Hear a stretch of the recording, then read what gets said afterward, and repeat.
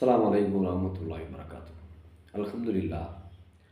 அளவற்ற அருளாளனும் நிகரற்ற அன்புடையனுமாகிய அல்லாஹ்வின் திருப்பெயரால் ஆரம்பம் செய்கிறேன்.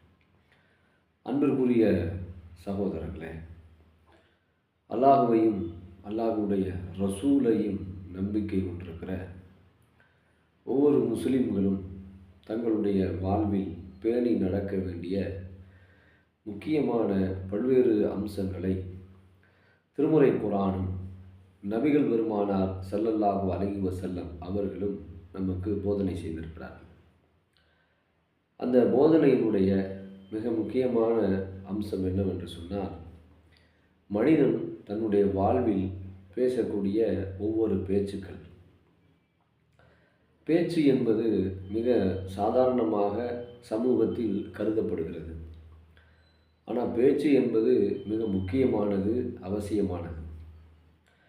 அல்லாஹ் ரப்புல் ஆலமீன் மனிதனுக்கு 6 அறிவுகளை கொடுத்திருக்கிறான் என்பது எல்லோரும் அறிந்தது. அதில் முக்கியமான ஒரு அறிவு என்னன்னு கேட்டால், மனிதனுடைய அந்த சுவைக்கிற அறிவு. அந்த சுவைக்கிற அறிவுனா நாவுடைய அறிவு, அல்லது அந்த அறிவினுள்ள பேசுகிற அறிவு. ஒரு 6 அறிவில் நாவு என்பது ஒரு அறிவு. அந்த அறிவு என்ன செய்யும்னா, நல்ல சுவைகளை உணரும். அதே நேரத்தில் பேச்சுக்களையும் பேசும் அந்த அறிவு. அந்த அறிவை ஒரு மனிதன் தன்னுடைய வாழ்வில் சரியாக பயன்படுத்த வேண்டும். பேச்சு இல்லாத ஒரு மனிதனும் இல்லை. பேசாத மனிதனால் சமூகத்தில் பல செய்திகளை, தகவல்களை, பல காரியங்களை புரிய வைக்க முடியாது. இப்போ பேச்சு மனிதனுக்கு இறைவன் கொடுத்த அருள். ஆனால் உலகத்தில் எல்லா ஜீவராசிகளுக்கும் ஒரு பேச்சு, ஒரு கம்யூனிகேஷன், ஒரு தகவல் தொடர்பு முறை என்பது இருக்க தான் செய்யுது. அது இல்லைன்னுலாம் சொல்லிட முடியாது. ஆனால் அவைகளெல்லாம் தேவைக்கொற்ப அவர்களுடைய அந்த ஜீவராசிகள் தங்களுடைய தகவல்களை தன் இனம் சார்ந்த உயிரினங்களிடத்தில் பகிர்ந்து கொள்ளுகிற காட்சிகளை நாம் அறிந்து கொள்ள முடியும். அதனால தான் மனிதனோடு பழகுகிற சில உயிரினங்களை பார்க்குறோம். பூனை, நாய், இது மாதிரி சில உயிரினங்கள்லாம் பார்த்திங்கன்னா, அதற்கு சில விஷயங்களை கற்றுக் கொடுக்குற பொழுது அதை அப்படியே அது நம்மோடு தொடர்பு கொள்ளுகிற காட்சிகளை நம்ம பார்க்க முடியும். உலகத்தில் எல்லா உயிர் எதற்கெல்லாம் இருக்கிறது என்று சொல்லப்படுகிறதோ, எல்லா உயிர்களும் ஏதோ ஒரு வகையில் தகவல்களை, தொடர்புகளை வைத்து கொண்டிருக்கிறது தான் முக்கியமான விஷயம். அதில் மனிதன்ட தகவல் தொடர்பை ஏற்படுத்தி கொள்வது அப்படிங்கிறது என்னென்னா பேச்சு. இது பெரிய அருள். பேச்சு அப்படிங்கிறது சாதாரணமாக முடிகிற ஒரு விஷயம் இல்லை. மனிதனுக்குள்ளே பேசுகிற நிறைய விஷயங்கள் தான் என்னது? நல்லதை பேச வேண்டும் என்று சொல்லுவது, பொய் பேசக்கூடாது என்று சொல்வது, உண்மையை தான் பேச வேண்டும் என்று சொல்லுவது, நேர்மையாக பேச வேண்டும் என்று சொல்லுவது, பிறரை குறை பேசக்கூடாது என்று சொல்லுவது, பிறரை அவதூறு பேசக்கூடாது என்று சொல்வது, பிறரை இழிவாக பேசக்கூடாது என்று சொல்வது, பிறரை தரக்குறைவாக பேசக்கூடாது என்று சொல்வது, கெட்ட வார்த்தைகளை பேசக்கூடாது என்று சொல்வது, நல்ல வார்த்தைகளையே பேச வேண்டும் என்று உபதேசிப்பது, இதெல்லாம் மனிதனுக்குள்ள அவ்வப்போது சொல்லிக்கொள்ளுகிற, கற்றுக் கொடுக்கப்படுகின்ற பல்வேறு தகவல்களை பார்க்குறோம். இதில் பேச்சுங்கிறது இல்லாமல் மனித வாழ்வியல் என்பதே இல்லை என்கிற அளவுக்கு பேச்சு ஒரு மனிதனுடைய வாழ்க்கையில் மிக முக்கியமானது. ஒரு மனிதனுடைய ஆளுமையை வெளிப்படுத்தக்கூடியது எதுன்னு கேட்டால் பேச்சு தான். ஏன்னா ஒருவன் தேவையற்ற பேச்சுக்களை பேசுகிற பொழுது அவன் ஆளுமை மிக்கவனாக பார்க்கப்பட மாட்டான். தேவையான பேச்சுக்களை பேசும் பொழுது தான் அவன் ஆளுமை மிக்க ஒரு மனிதனாக பார்க்கப்படுவான். அதனால தான் நடைமுறையில் நிறைய அறிஞர்கள் பேசும்போது சொல்லுவாங்க, நான் என்னுடைய வார்த்தையை அளந்து போடுகிறேன் அப்படிம்பாங்க.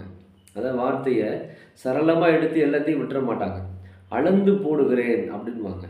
அப்போ வார்த்தைகள் என்பது அளவுக்கு நிர்ணயத்திற்கு உட்பட்டது.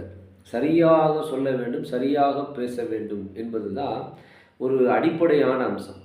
எப்போ தன்னுடைய பேச்சுக்களில் வரம்பு மீறுதல்களும் வீணான பேச்சுக்களும் பயனற்ற பேச்சுக்களும் ஒரு மனிதனிடத்திலிருந்து வெளிப்படுகிற பொழுது காரியம் செய்யக்கூடியவர்களுக்கு அது ரொம்ப ஒரு எரிச்சலை ஊட்டும். தேவையில்லாத பேச்சுக்களை ஒரு சபையில் பேசுவதால் என்ன லாபம் என்று நினைப்பார்கள்.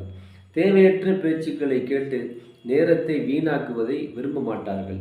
இதுக்கெல்லாம் காரணம் என்னென்னா, பேச்சின் ஆளுமை மிக முக்கியமானது. சமுதாயத்தினுடைய முன்னேற்றத்திற்கான அடிப்படை பேச்சு தான். நிறைய பேச்சுக்களை தேவையில்லாமல் பேசுகிறது தான் நேரங்கள் கழிந்து கொண்டிருக்கிறது அப்படிங்கிறத பார்க்குறோம்.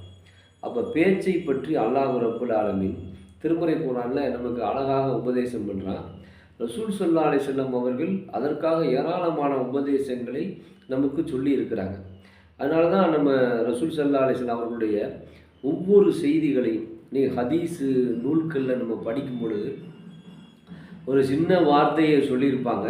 அது பேர் அர்த்தங்களை கொண்ட பல்வேறு தகவல்களை உள்ளடக்கிய ஒரு செய்தியாக இருக்கிறத நம்ம பார்க்க முடியும். அதனால் அல்லாஹ் ரப்புல் ஆலமீன் திருக்குர்ஆனில் நமக்கு ஒரு வார்த்தை சொல்கிறான். 33வது அத்தியாயம் 70வது வசனத்தில் சொல்லுகிறான், யா அய்யுஹல்லதீன ஆமனு, இறை நம்பிக்கை கொண்டவர்களே, இத்தகுல்லா, அல்லாஹ்வை பயந்து கொள்ளுங்கள், வகூலு கௌலன் சதீதா, நேர்மையான பேச்சையே பேசுங்கள் அப்படின்னு சொல்லி அல்லாஹ் ரப்புல் ஆலமீன் நாம் எப்படி பேச வேண்டும் என்பதை நமக்கு அழகான முறையில் ரப்புல் ஆலமீன் பாடம் எடுத்திருக்கிறார். நம்முடைய பேச்சுக்களில் நேர்மை இருக்கிற பொழுது நம்மிடத்தில் ஒரு ஆளுமை இருக்கும். ஆளுமை என்பது வெறுமன பொருளாதாரத்தாலும் உலக புகழ்ச்சியின் காரணமாக ஒரு மனுஷனுக்கு வந்துடாது. ஒரு மனிதனிடத்தில் ஆளுமை வர வேண்டும் என்று சொன்னால் அவனிடத்தில் ஏராளமான நற்பண்புகள் இருக்க வேண்டும். அந்த நற்பண்புகளில் மிக முக்கியமானது நேர்மையான பேச்சு. அப்போ அதான் அல்லாஹ் ரப்புல் ஆலமீன் நமக்கு சொல்கிறான், நீங்கள் நேர்மையானதையே பேசுங்கள் அப்படின்னு சொன்னால் நேர்மைக்கு எதிரான பேச்சுக்களை பேசாதீங்க என்பதை நாம் புரிந்து கொள்ள வேண்டும். எதை கேட்டோமோ கேட்டதன் அடிப்படையில் நடக்கிற நல்ல மக்களாக அல்லாஹ் ரப்புல் ஆலமீன் உங்களையும் நம்மையும் ஆக்கி அருள் புரிவானாக என்று கூறி என்னுடைய இந்த சிறிய தகவலை நிறைவு செய்கிறேன். வாகிருதமான அல்ஹம்துலில்லாஹி ரப்பில் ஆலமீன். அஸ்ஸலாமு அலைக்கும் வரஹ்மத்துல்லாஹி வபரகாத்துஹு.